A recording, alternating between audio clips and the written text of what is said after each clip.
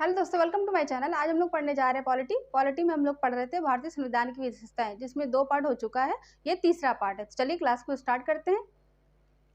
आज हम लोग देखने जा रहे हैं छठा पॉइंट, संसदीय समरूपता एवं न्यायिक सर्वोच्चता में समन्वय। संसद की समरूपता का नियम ब्रिटिश संसद से जुड़ा हुआ है। संसद की समरूपता का नियम ब्रिटिश संसद से जुड़ा हुआ है, जबकि न्यायपालिका की सर्वोच्चता का सिद्धांत अमेरिका के सर्वोच्च न्यायालय से लिया गया है। अमेरिकी संविधान में विधि की नियत प्रक्रिया का प्रावधान है, जबकि भारतीय संविधान में विधि द्वारा स्थापित प्रक्रिया अनुच्छेद 21 का प्रावधान है। तो अमेरिकी संविधान में विधि की नियत प्रक्रिया का प्रावधान है, और भारतीय संविधान में क्या है, विधि द्वारा स्थापित प्रक्रिया का प्रावधान है। अब हम लोग देखते हैं 7वां पॉइंट, मौलिक अधिकार। मौलिक अधिकार होता क्या है? मौलिक अधिकार वे अधिकार होते हैं जो व्यक्ति के जीवन जीने के लिए अति आवश्यक होते हैं, जिसको कोई नहीं छीन सकता है, ना पड़ोसी छीन सकता है, ना ही सरकार छीन सकती है। तो चलिए देखते हैं मौलिक अधिकार को। भारतीय संविधान के भाग 3 में मौलिक अधिकार के लिए जगह दी गई है। 6 मौलिक अधिकार नागरिकों को प्रदान किए गए थे। इसको अमेरिका के संविधान से लिया गया है, और ये अधिकार इस प्रकार है। कौन कौन से हैं इसको देखते हैं हम लोग। पहला है समानता का अधिकार। समानता का अधिकार अनुच्छेद 14 से 18 में समानता का अधिकार के बारे में बताया गया है। दूसरा है स्वतंत्रता का अधिकार। स्वतंत्रता का अधिकार अनुच्छेद 19 से 22 में स्वतंत्रता के अधिकार के बारे में बताया गया है। तीसरा है शोषण के विरुद्ध अधिकार। तीसरे में क्या बताया गया? शोषण के विरुद्ध अधिकार अनुच्छेद 23 से 24 तक शोषण के विरुद्ध अधिकार के बारे में बताया गया है। चौथा पॉइंट है धार्मिक स्वतंत्रता का अधिकार। अनुच्छेद 25 से 28 में धार्मिक स्वतंत्रता के बारे में बताया गया है। पांचवा पॉइंट हम लोग देखते हैं सांस्कृतिक और शिक्षा का अधिकार। अनुच्छेद 29 से 30 के बारे में बताया गया है। छठा हम लोग देखते हैं संवैधानिक उपचारों का अधिकार। अनुच्छेद 32। तो अभी हम लोग ये सारी चीज़ें जो है वो एकदम बिल्कुल डिटेल से एक्सप्लेन करेंगे। आगे वाले वीडियो जो आएगी उसमें मौलिक अधिकार को बिल्कुल डिटेल से पढ़ेंगे। यहाँ से प्री के लिए बहुत सारे क्वेश्चन बनते हैं, तो आप लोग देखिएगा और इसको बार बार रिविजन करिएगा। जैसे क्वेश्चन आपका ये बन सकता है कि भारतीय संविधान के किस भाग में मौलिक अधिकारों का वर्णन किया गया है? तो भाग 3 में किया गया है। किस में किया गया है? भाग 3 में किया गया है। कितने नागरिकों को मौलिक अधिकार प्रदान किया गया है? तो 6। कितने किए गए? 6।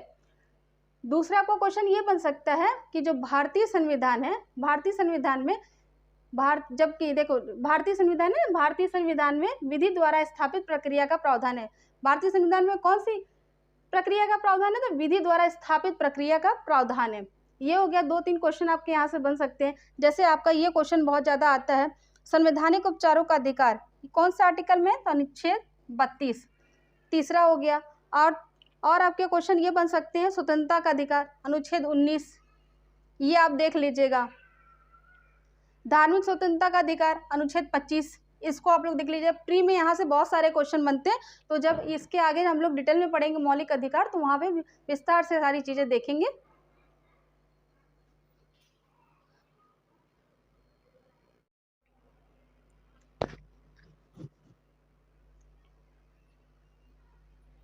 अब हम लोग देखने जा रहे हैं 8वां पॉइंट। 8वां पॉइंट में हम लोग देखेंगे राज्य के नीति निर्देशक तत्व।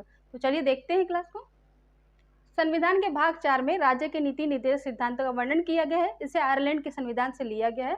डॉक्टर भीमराव अम्बेडकर के अनुसार राज्य के नीति निर्देशक सिद्धांत जो है वो उसकी अनूठी विशेषता है।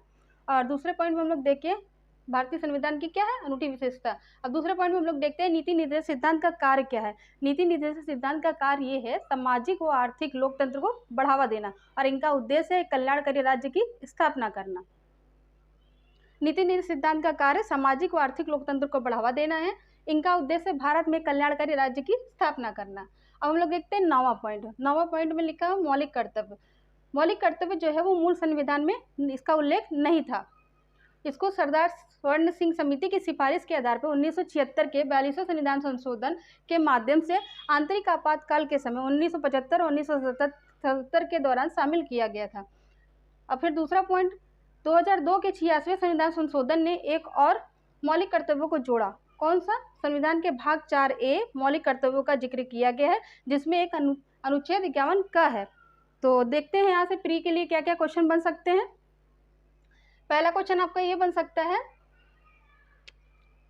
कि राज्य के नीति निर्देशक सिद्धांत का जो उल्लेख है संविधान के किस भाग में है? तो ये भाग 4 में है। दूसरा क्वेश्चन आपका ये बन सकता है कि ये कहाँ से लिया गया है राज्य के नीति निर्देशक सिद्धांत? तो ये आयरलैंड के संविधान से लिया गया है।